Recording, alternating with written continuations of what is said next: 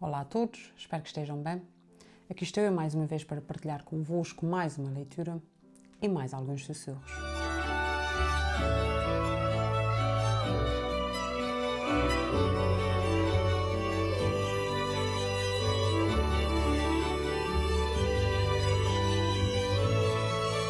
O meu nome é Malvina Sousa e hoje, neste espaço, quando os livros sussurram, vou partilhar convosco o conto Mestre Finezas, de Manuel da Fonseca, e que podem encontrar no seu livro Aldeia Nova. Antes de começar, já sabem, não posso deixar de vos pedir para, caso ainda não tenham feito, subscreverem o canal e de partilharem os nossos sussurros para que estes possam cumprir os seus objetivos e chegar aos seus destinos. Mestre Finezas. Agora entro. Sento-me de perna cruzada, puxo um cigarro e à pergunta de sempre respondo soprando o fumo. Só a barba. Ora, é de há pouco, este meu à vontade diante do mestre Idílio Finezas. Lembro-me muito bem como tudo se passava. Minha mãe tinha de fingir-se zangada. Eu saía de casa, rente à parede, sentindo que aquilo era pior do que ir para a escola. Mestre Finezas puxava um banquinho para o meio da loja e enrolava-me numa toalha enorme. Só me ficava a cabeça de fora. Como o tempo corria devagar. A tesoura tinia e cortava junto das minhas orelhas. Eu não podia mexer-me, não podia bocejar sequer. Está quieto, menino, repetia Mestre Finezas, segurando-me a cabeça com as pontas dos dedos. Assim, quieto. Os pedacitos de cabelo espalhados pelo pescoço, pela cara, faziam comichão e não me era permitido coçar. Por entre as madeixas caídas para os olhos, via-lhe, no espelho, as pernas esguias, o carão severo de magro, o corpo alto, curvado. Via-lhe os braços compridos, arqueados com duas garras sobre a minha cabeça. Lembrava uma aranha. E eu, sumido na toalha, tolhido numa posição tão incômoda que todo o corpo me doía, era para ali uma pobre criatura indefesa nas mãos de Mestre Idílio Finezas. Nesse tempo tinha-lhe medo. Medo e admiração. O medo resultava do que acabo de contar. A admiração vinha das récitas dos amadores dramáticos da vila. Mestre Finezas era o que mais se destacava. Quase sempre morria quando a cortina principiava a descer e na plateia as senhoras soluçavam alto. Aquelas desgraças aconteciam porque era justo e tomava de gosto o partido dos fracos. E, para que os fracos vencessem, Mestre Finezas não tinha medo de nada nem de ninguém. Heroicamente, de peito aberto e com grandes falas, e ao encontro da morte. Eu arrepiava-me todo. Ora, havia também um outro motivo para a minha admiração. Era o violino. Mestre Finezas tocava violino e muita vez aconteceu eu abandonar os companheiros dos jogos e quedar-me, suspenso, a ouvi-lo de longe. Era bem bonito. Uma melodia suave saía da loja e enchia a vila de tristeza.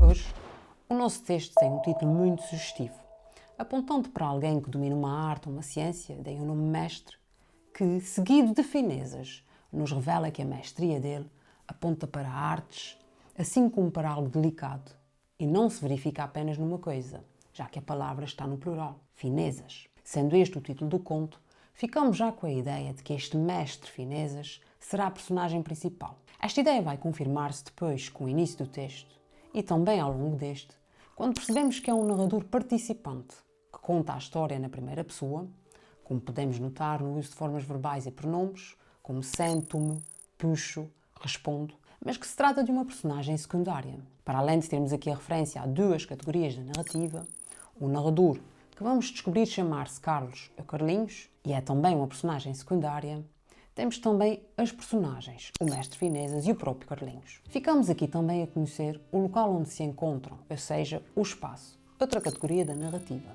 Isso acontece logo nas primeiras linhas, quando o rapaz diz que só quer fazer a barba. Ora, as personagens encontram-se então na barbearia do Mestre Idílio Finezas. Também logo no início, somos confrontados com referências a outra categoria da narrativa, o tempo, sendo que o agora nos mostra que a história, ou seja, a ação, a única categoria da narrativa que nos faltava mencionar, começa no presente, mas rapidamente assistimos a um recuo no tempo, no qual Carlinhos regressa ao passado através de uma analepse. E isso inicia-se com a frase "Lembro-me muito bem de como tudo se passava", passando-se a usar as formas verbais no pretérito imperfeito, como passava, tinha, eu saía, como é natural nessas situações. Também ficamos a saber que a relação anterior do Carlinhos com o mestre Finezas é bem diferente da que tem hoje em dia, quando ele diz "Ora, é de há pouco este meu à vontade diante do mestre e de Finezas", e que antes o rapaz tinha muito medo de ir à barbearia, de tal forma que a mãe tinha de fingir-se zangada para que ele pudesse ir. Mas o rapaz achava, quando lá ia, que era pior do que ir para a escola. Aliás, temos uma frase muito curiosa que nos mostra que, quando lá estava, Carlinhos sentia que o tempo demorava a passar, quando diz como o tempo corria devagar. Pelo que aqui temos que estabelecer a diferença entre dois tipos de tempo. O tempo de discurso, o real, que nos mostra a verdadeira, a real passagem do tempo, e o tempo psicológico, que nos mostra como as personagens o sentem. E este varia em função das boas ou más situações vividas. Aqui, por não gostar dessa situação, Carlinhos sentia que o tempo demorava muito a passar. E tudo o que conta confirma-nos o medo que tem, desde o momento em que este diz que não se podia mexer, nem bocejar, até à descrição que faz do mestre. As pernas esguias, o carão severo de magro, o corpo alto, curvado. De notar aqui a caracterização feita pelo Carlinhos relativamente ao mestre Finezas, sendo assim uma caracterização direta, por estar no texto e ser feita por uma personagem ou pelo narrador, que aqui até coincidem, como já vimos. Ao mesmo tempo que esta caracterização é física, esguio, magro, alto e curvado, é também uma caracterização psicológica, severo. De notar assim a importância dos adjetivos que nos permitem quase visualizar esta personagem. Depois, como se isso não bastasse e a contribuir para nos mostrar, e muito bem, o medo que Carlinhos sente, temos as duas frases seguintes que contêm comparações muito sugestivas. Via-lhe os braços compridos como duas garras sobre a minha cabeça. Lembrava uma aranha. E de seguida, o próprio Carlinhos se apresenta como uma pobre criatura indefesa nas mãos de mestre Elite Finezas, frase na qual os nomes criatura, relativa ao Carlinhos, e mãos relativas ao mestre, com as quais este fazia o seu trabalho e segurava também o rapaz, evidenciam o medo sentido e retratam bem a situação, ajudados pelos adjetivos pobre e indefesa que aqui temos. Mas é depois disso que somos confrontados com algo importante. Carlinhos diz que nesse tempo sentia medo, mas também admiração por mestre Finezas. Dois nomes contrastantes e que nos fazem pensar. E explica que o medo vem desses episódios nos quais ia à barbearia e a admiração adivinha das récitas, ou seja, das representações de teatro feitas na vila, que tinham o mestre Finezas como uma pessoa que mais se destacava, de tal modo que o rapaz ficava perplexo, adjetivo usado por ele, e que nos revela o espanto que as atuações do mestre Finezas despertavam nele. Nestas representações, o mestre era adorado e admirado por todos.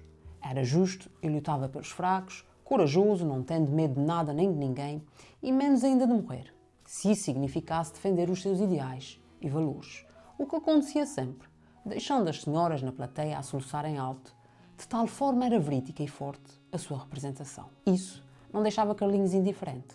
Pelo contrário, este confessa: eu arrepiava-me todo. Frase muito forte, não só pela forma verbal utilizada, arrepiava-me, mas sobretudo por ser dita por uma criança e mais ainda quando vem acompanhada de tudo, mostrando que todo o seu corpo sentia a atuação feita pelo mestre. Mas como se tal não bastasse, há outro motivo que leva o Carlinhos a admirar o mestre: o violino. A melhor, a forma como este o tocava, numa melodia tão poderosa que Carlinhos optava por abandonar os amigos quando estava com estes, com eles brincava, para ficar parado, a ouvi-lo, ao longe, suspenso, palavra que nos mostra quase como se a música tivesse o poder de o hipnotizar, de o segurar. A frase seguinte é também muito forte. Era bem bonito. Uma melodia suave saía da loja e enchia a vila de tristeza. De salientar aqui a importância dos adjetivos bonito e suave, referindo-se à música e à vida, bem como das formas verbais saía e enchia, mostrando-nos que a melodia saía da barbearia e se alastrava por toda a vila, enchendo-a de tristeza, nome que nos deixa a pensar e já será um indício do futuro. Passaram anos. Um dia parti para os estudos. Voltei homem. Mestre Finezas é ainda a mesma figura alta e seca. Somente tem os cabelos todos brancos. Vou lá de vez em quando. A loja está sempre deserta.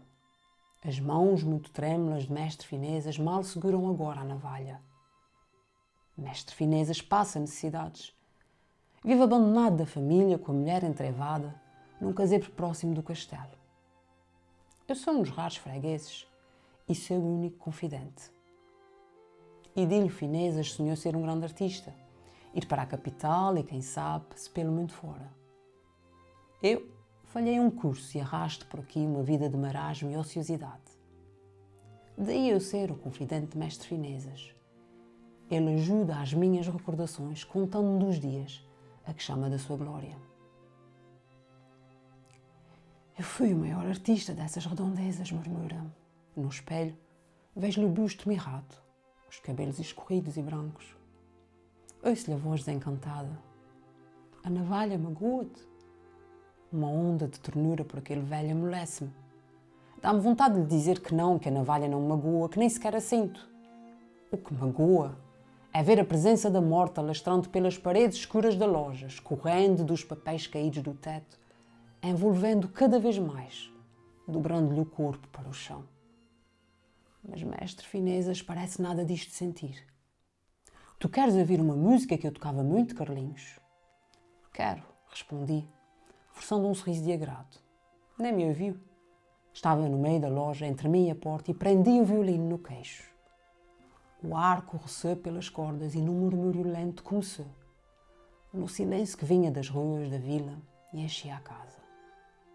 Lentamente, o fio de música ia engrossando. Era agora mais forte, agudo, desamparado como um choro aflito. E demorava, ondeava por longe, vinha e penetrava-me de uma sensação dolorosa.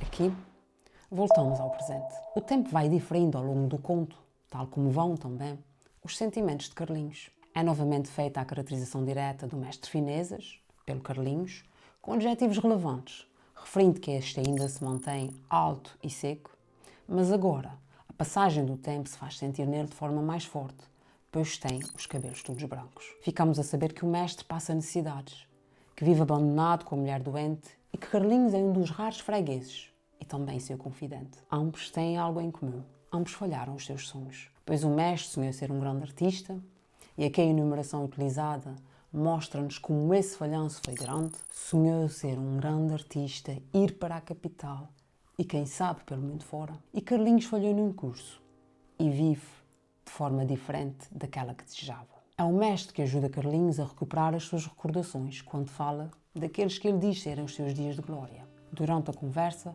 o mestre murmura e podemos ver que houve aqui cuidado na forma verbal escolhida, que foi o maior artista das redondezas. É um murmúrio, como se já não pudesse ser dito em voz alta, o que ainda torna o abandono que foi votado mais triste e injusto. Mas quando o mestre pergunta a Carlinhos se a navalha o magoa, Carlinhos vê-se tomado por uma onda de ternura que o amolece. A utilização desta forma verbal é fantástica, porque nos mostra como ele, um homem, é sensível e se sente tocado pela situação do mestre e pelo cuidado e delicadeza que este continua a ter. Mas tem vontade de confessar ao velho que aquilo que realmente o magoa é ver que a morte se aproxima dele, escorrendo do teto e passando pelas paredes da barbearia até chegar a ele, dobrando o seu corpo para o chão. Esta imagem que aqui nos é oferecida é bastante reveladora e chega a ser assustadora, favorecida pelos adjetivos escuras e caídos e reforçada pelas formas verbais alastrando, envolvendo, dobrando, no gerúndio, o que acrescenta uma continuidade que torna a sua realidade cada vez mais certa. Mestre Finezas quer voltar a tocar o seu violino. Desta vez o silêncio vem das ruas e enche a casa. E quando ele começa a tocar a música, esta surge como um fio que vai engrossando e surgindo cada vez mais forte, como um choro. De notar aqui a comparação, como um choro, assim como os adjetivos utilizados. Por exemplo, lento, agudo, aflito e dolorosa. Os nomes murmúrio, choro e sensação.